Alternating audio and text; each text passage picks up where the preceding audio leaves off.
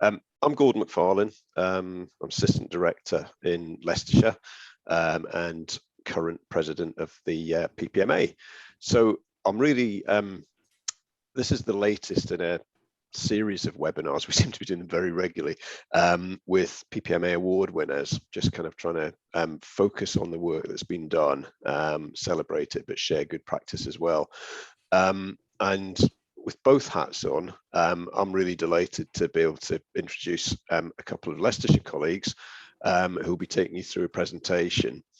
We've got half an hour, and we'll build some time in at the end for questions, comments, etc.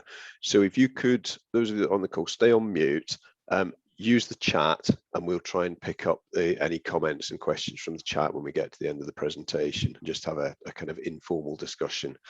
So this is Best Workforce Transformation and Change Initiative. And it's very much about ways of working program, post-pandemic workforce transformation, but I won't spoil the detail. So we've got two colleagues, Caroline Fairchild, who's Head of People Services in Leicestershire, and David Scott, who's the Programme Lead for Ways of Working and works in our transformation unit.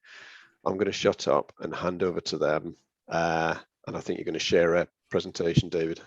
I am. Hopefully it works, so thank you for that. Good morning, everyone. Thank you so much for your time. As Gordon said, so I'm David. I work at Leicestershire, and I've been working on a Ways of Working programme for a number of years. Myself and Caroline are going to give you a brief bit of background where we are now and where we're going, and hopefully we will have time for some questions as well. So I'm going to click share and cross everything that it works. So someone could nod or tell me that's working, that would be fab. It's working. Excellent. That's always a really good start, isn't it? Okay, so what we're going to do is take you just back a few years. So pre-March 2020, when we'd never heard of COVID. So it was called the Workplace Programme at the time. So Leicestershire embarked on creating a new programme that was focused on implementation of smarter working. And I've put some of the key aims and objectives up on the screen at this point in time. For those that have heard of smarter working, some of you may have been involved in it. This won't be new to you, but just to really cover it off. So it was really aiming to try and bring together our three strands of IT, property, and people to really try and drive more flexible working, obviously deliver cost savings, but really focus on making us a more modern organisation, supporting things like talent and supporting retention, and of course our environmental impact by supporting with business travel. So that programme was actually set up in January 2019, which feels like a very, very long time ago, and we were obviously working through that and having a lovely time starting to embed that within the organisation. So the approach we were taking at the time, I'm saying at the time because I will spoil it, everything did change at a point in time. So we had classed our workforce basically as one of a particular worker style, so either flexible, someone that was in the office but on the move quite a lot, probably similar to myself in a lot of meetings, on the road, so we've got quite a large workforce who are obviously out there interacting with service users, travelling around quite a lot, and then we called the force one specialist to account for many different elements of it. And what we'd done at that point in time, so just probably worth caveating before I go into the detail, the predominant way of working at the time in the authority was most people came into the office most of the time and had a fixed desk, or they had somewhere they sat. There were some teams that had moved towards more of a hybrid way of working, but that was predominantly where we were. So we were starting almost from quite a different base to certainly where we are now. So we ran a number of pilots at that time to go, what could smarter working actually achieve for Leicestershire? And that was by providing people with the right IT equipment, so laptops, smartphones, etc., appropriate training, and the big one, of course, is the culture change and the people aspect of it, which is more important arguably than everything else. You can give them the right infrastructure, the right tools, but the culture is really what wraps around it. So of those pilots, and of course this was way back in 2019, the difference from going from where they were to implementing some degree of smarter working, just a few headlines which had happened at the time.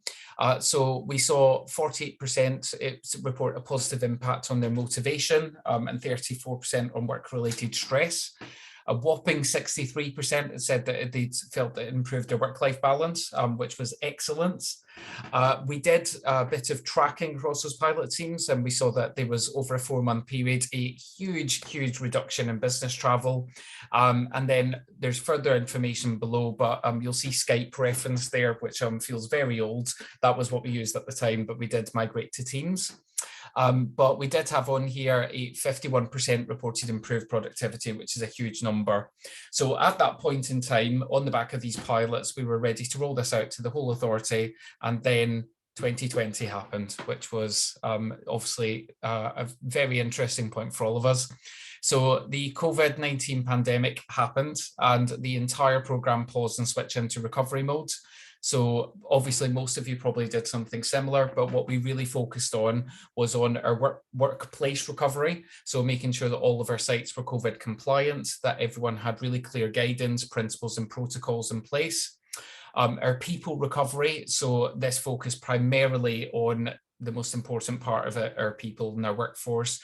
Looking at things like redeployment, well-being became the word of the year and has never stopped being so important. Guidance for leading through recovery and how to actually, we had many managers managing remote teams for the first time in their career. How did we support them? Recruitment and onboarding, and we also provided an allowance for staff to work at home in terms of their desk setup and various other things. So that was probably the bulk of the work we did. And I think that's hopefully what led to us winning actually the award, which was really helpful. And then we did fast track our rollout of IT equipment. So as I said previously, we were looking to roll that out to everyone. We did, but instead of doing it over a couple of years, we did it in a couple of months. So we got everyone working as fast as possible, being able to work at home. And I think the biggest thing to take away from all of that is that the mindset really started to shift. So teams that I'd engaged with originally prior to the pandemic who said, we can't work from home at all, we have to be in County Hall or in the office every day, we're suddenly seeing something very different. So it helped to really bring people on that journey and prove that it does indeed work. So I won't linger too much on this, and the slides will go out. I'm sure lots of people did lots of things similar to supporting everyone. We obviously deployed a lot of safety signage and various things during that period to support with staff safety and make sure that everyone felt really comfortable if they did have to come into one of our workplaces that they were going to be safe. We did many risk assessments and sign off buildings. We did a lot of support there to make sure that everyone knew exactly what they were supposed to be doing and they had that right guidance, but equally where they had to come in, they were very comfortable that actually they knew what they were doing. We rolled out over 600 smartphones and 2,000 laptops at that point in time in a very short space. We had already bought some and ramped up, but that was obviously a huge amount to do. And then from a people support aspect, and this doesn't even cover everything remotely, but we did a lot of support around resilience, around mental health, guidance on virtual recruitment, managing remote teams, and we had an entire site devoted to leading through recovery, which was there to support both staff and managers. So there was a lot more gone into it. I've not really done it justice here, but hopefully that gives you some idea. And then I've put the end of 2020 and beyond on here. So this is when we really started to take stock, and the pandemic, whilst it didn't calm down, we had a bit of room for thinking. We'd got our buildings into a good place, our workforce into a good place, and started thinking about the future.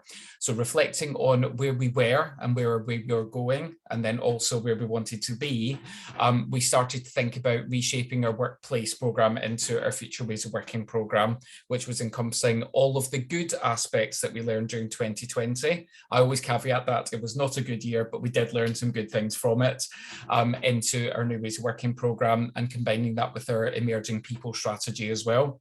So the key things from there is it was focusing on making us a modern, effective and productive organisation that people were proud to work for. And the natural shift in mindset from senior management really did help to get us here. It by no means was an easy journey, and but the pandemic certainly did help with that mindset shift. It would have been probably more challenging to do it before than after. We did a lot of engagement with all of our leadership teams across the authority, and including a lot of discovery sessions with them to really start to get them to think, once all this does calm down, because we were still quite in the middle of the pandemic, what could your business look like in the future, and what do you think you would need?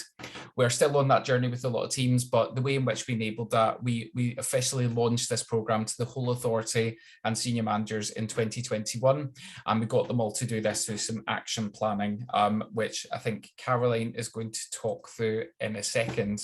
So that was a brief bit of background around how we got to where we are. Caroline's now going to talk through the key challenges and then what came up next for us and where we are on the journey now. So Caroline, if I can hand over to you. Yes, thank you, David. So I'm Caroline Fairchild and I'm Head of People Services at Leicestershire County Council. Absolutely fair to say that we did have a number of challenges, and anybody who has embarked on such a transformation programme, I'm sure some of these challenges will be familiar to you. So I'm just going to call out a couple. In terms of digital and IT literacy, I think it's fair to say that as a programme board, we were taken a little bit by surprise at the level of digital and IT literacy in certain parts of the organisation. So we had to act very quickly to support people in that particular area. What we decided to do very early on was to engage an IT trainer who is still working with us in terms of supporting the programme as we roll it out. And our particular IT trainer doesn't only just do webinars, one-to-one training sessions. They were also tasked with putting together quite a lot of training material that we put on our Smarter Working intranet page, which has proved to be extremely successful. So we now can see there to be much more of a rise in people's experience and just being able to use the equipment that we've been able to roll out with more confidence. The other one I would like to call out that David touched on is my team can't work remotely, which was a shout out from a number of our managers.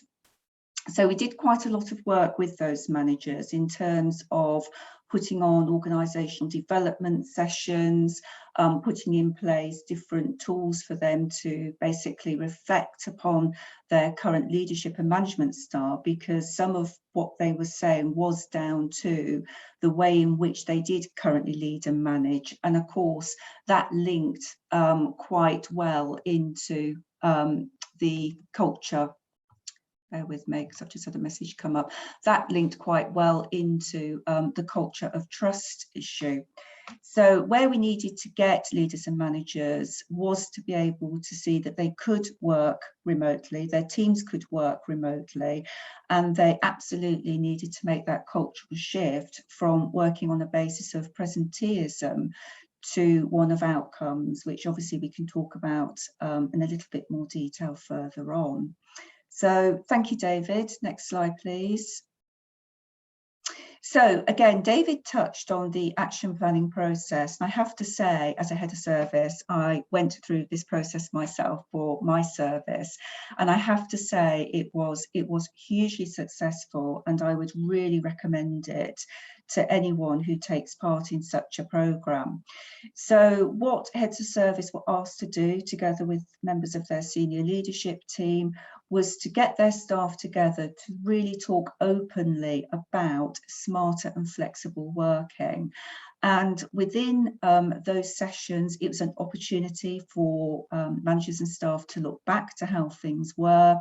In terms of the pandemic months, what good practice they had started to develop anyway. Looking at the future requirements of service delivery was obviously extremely important, and really getting people into that buying in of the benefits. In terms of challenges, again, what we asked heads of service to do within their action planning process was to work with their team, for their team to come up with a solution to those challenges. And again, I do have to say it really did help within the whole process of implementation. So thank you, David. So David also touched on our vision. In such a programme, we really felt it was important that we did work to a vision, and ours is to be a modern, effective and productive organisation that people are proud to work for. Quite succinct, but in terms of actually arriving at that, it did take some debate because everybody has a view on what a vision should include. And I think it's fair to say that the word that does stand out for the majority of people whom we've consulted with is the word proud, that people are genuinely proud to work for the council. And then underpinning that, we wanted to get to the right culture, have the right technology in the right space. So in terms of actually running the programme itself, David devised 4 different work streams that you can see on this slide: workplaces, technology, the way we work, and people. So in terms of workplaces, basically in a nutshell, that was very much about optimising our assets to enable staff to work productively. Technology, access to what employees needed. Employees did need, in some cases, a whole new set of technology. And the other area that we were really keen to deliver on was to make sure that all of our employees had the same experience regarding IT. The way we work focused very much on changing our culture, and where we wanted to be was to really get smarter and flexible working being embedded within our culture on a business as usual level. And in terms of people, and again, David's mentioned this, several things there that are very important in terms of confident and capable engaged workforce, but we did put in a significant amount of time, attention and effort to make sure that mental and physical well-being for our staff, for our leaders and managers, was a top priority. And we've continued with that theme throughout the council's people strategy. Thank you, David. So in terms of this slide, under technology, people and workplaces, we've just listed some of the achievements in terms of each of those areas. So when we look at technology, there was, as David alluded to, an absolute huge rollout of equipment. And this was based on the worker style that we already had put in place. In terms of people, again, briefly mentioned this, it was moving smarter working to our business as usual practice and really supporting teams in that transition, because for many teams it is fair to say it was a transition. So we put together a whole communication strategy, which was then supported by our organisational development colleagues in a number of sessions that they were holding with the teams, but also on our intranet page, we do have a number of tools that managers can use in order, for example, to lead hybrid meetings. And that's just one very, very simple example, but also for employees to support them in how they can best work in a hybrid environment. And again, in that area, there is much information on making sure that people are abiding by health and safety legislation, as well as looking after their mental health and well-being. And again, in terms of workplaces, really assessing our future requirements for space and really exploiting those opportunities that we were able to free up in terms of then generating income. So at Leicestershire County Council, we now, for example, have a number of tenants who generate income for us. So thank you, David. Next slide. So again, journey to date. This slide is a very busy slide. Basically, as David said, it does start off in our COVID years, as we've got to call them, in terms of where we are currently. We are just about to assess a pilot that we focused 2 departments on. 2 of our key frontline services, being adults and communities and environment and transportation. So both of those departments are now fully up and running with smarter, flexible and hybrid working. We had a programme management board on Monday, and we've got the first lift of our results from a pilot survey, which I think it's fair to say are looking extremely positive in terms of the way in which employees have adapted and how comfortable managers are now with this way of working. Our next stage is to bring another one of our key departments online for the pilot, which is Children's and Family Services. And then ultimately we will be rolling out to the other departments across the time scale. So thank you, David. So in terms of what we have delivered, again, another busy slide that you might like to have further time just to work through. But in terms of people, creation of smarter working guidance on the intranet page, we've just updated that. We've continued to review it and update it based on feedback, what people are telling us in terms of what they need from us regarding guidance information to enable them to work in this way. And again, in terms of work places, we've now got a hot desk guide and booking system that's been created so people can book desks for different periods in different locations within County Hall.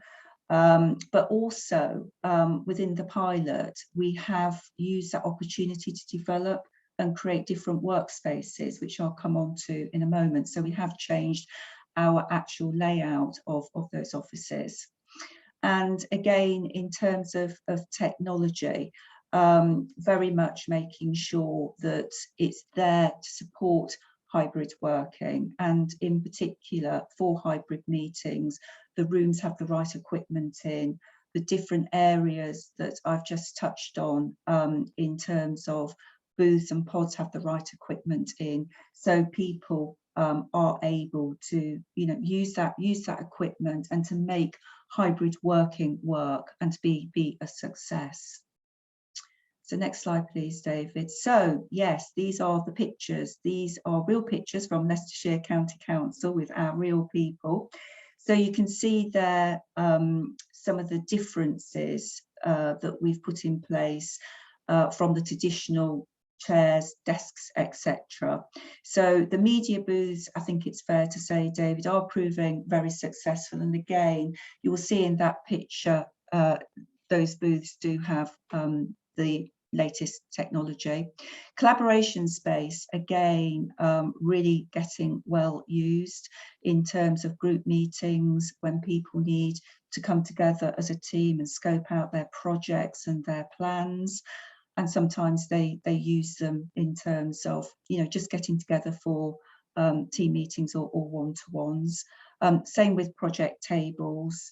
And that picture in the middle, that large table there, the sort of the perch areas again are getting used. So we're really pleased with the way people have adapted from the traditional sitting at a desk to actually working very, very differently with the different spaces that we've created.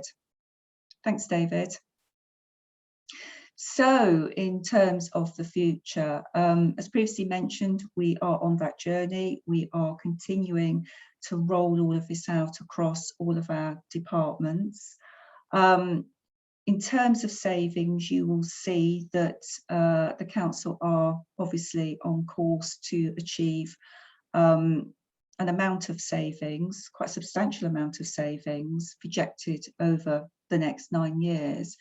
But certainly from our point of view, it's not just about the savings. This is about how our county council can really benefit and how our staff can benefit. So in terms of LCC, we've noted there, for example, reducing any negative impact where we can on the environment. David had mentioned the reduction in mileage.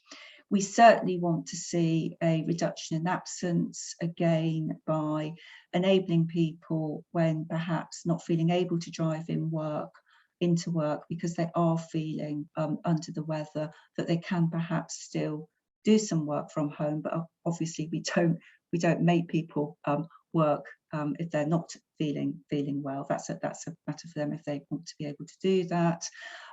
It's certainly, from our point of view, a real good pull for our recruitment and retention strategy. Once upon a time, I think we felt, oh, perhaps we were ahead of the game on this, but obviously we're not ahead of the game at all, because so many organisations are now offering hybrid, remote, smarter, flexible working, and it really is becoming an expectation now of individuals in their job search. And of course, work-life balance, key driver in that people, hopefully, by embarking on this different way of working, do feel overall that they have a better work-life balance. So Caroline, I think, David, sorry, just to say we've just got a couple of minutes left. If there's any key bits you wanted to finish off with. No, we're on to questions, Gordon. Okay. Oh, so it's the next slide. Sorry. Thank you. Inadvertently. No problem. Well, we have just about run out of time. I'm happy to carry on, but I'm conscious that people might have other commitments. But certainly, Mandy, you put something in the chat around struggling to accommodate people with disabilities. So yeah, you're right. Access to booths, issues around hearing impairments, specialist equipment, etc. David, did you perhaps want to pick that one up briefly? Yes, I will actually. Thank you for the question. Yeah, this actually came up probably the most heavily when we were undergoing the pilots. What our health and safety team did, and they were phenomenal providing support. They did a full risk assessment with any teams and any individuals who perhaps had any reasonable adjustments or perceived reasonable adjustments. What we were quite surprised at is there was a number of staff that thought they had a reasonable adjustment, but didn't necessarily, and were able to be more flexible. But where we have had to make those adjustments, we have, and we've been quite accommodating with it. So actually for some of those staff, they don't necessarily need the same area all the time, and they're happy to share it, but they've got priority. For others, we've created some fixed desks, but what we've really tried to do is make sure it's as inclusive as possible. So they've not been put over here, and actually that's the fixed desk that's right in the heart of the teams that we're working with. So they're all individual, and obviously everyone's got different requirements and they're all assessed individually, but all of our new equipment has obviously met those industry standards as well. Okay, thanks, David. And probably just got time for one more, which Vicky's managed to get into the chat. So yeah, biggest areas of savings, and whether we've had any surprises about areas that we've managed to save. Again, David, sorry to put you on the spot. It's probably you again. Yeah, not at all. I think the biggest thing from a savings perspective, so we've got a number of things that contribute towards this. So by far and large, the largest is renting out space at our main site, County Hall. There has been an element of vacating sites that are no longer required. So as the lease was coming to an end, so actually we've moved on since then. So that's by far the biggest. But we do have a lot of other benefits which have contributed to the programme. So we saw a huge, and I'm sure you all did as well, reduction in business travel in 2020 and 2021. We have done a lot of work to try and continue that. So actually that's got a huge cost saving to the authority as well, but making sure it's done in the right way. So it's not about stopping it, it's about doing it when it's required. There's also other benefits from things like printing and just process efficiencies, but they're primarily the largest ones. The one that was a surprise was how much demand there was, because I think there was a bit of nervousness as to you could rent it out, but would there be the demand there for it? And there certainly has, as everyone's looking to perhaps downsize or move as their ways of working have changed as well. Thank you. Brilliant. Thanks, David.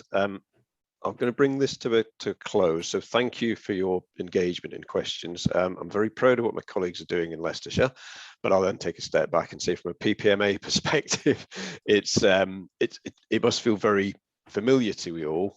We're all on similar journeys, but I think it's just really great to have the opportunity to share good practice, learn from each other as we move forward, and how we kind of start to embed in the long term.